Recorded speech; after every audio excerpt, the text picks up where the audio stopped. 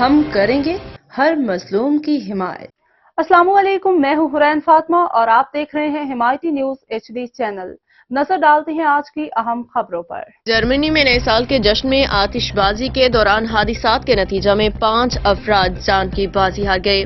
غیر ملکی میڈیا کے مطابق نارتھ رائن ویسٹ فیلیا کے قریب پیڈربورن میں ایک 24 سالہ نوجوان دیسی ساختہ پٹاخے کے قبل از وقت دھماکے سے ہلاک ہو گیا۔ پولیس کے مطابق یہ پٹاخہ نوجوان نے خود تیار کیا تھا، جس سے غیر قانونی غیر محفوظ آتش بازی کے خطرات پہ تشویش بڑھ گئی۔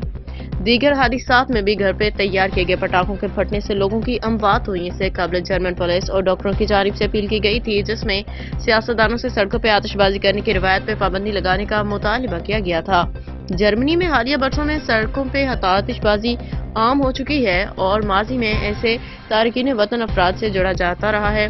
برلن میں نئے سال کی آمد سے قبل بھی پولیس اور امدادی کارکنوں پہ آتش بازی سے حملے کیے گئے۔ نئے سال کے جشن کے دوران پولیس نے غیر قانونی آتش بازی کے سلسلے میں 50 سے زائد افراد کو گرفتار کیا۔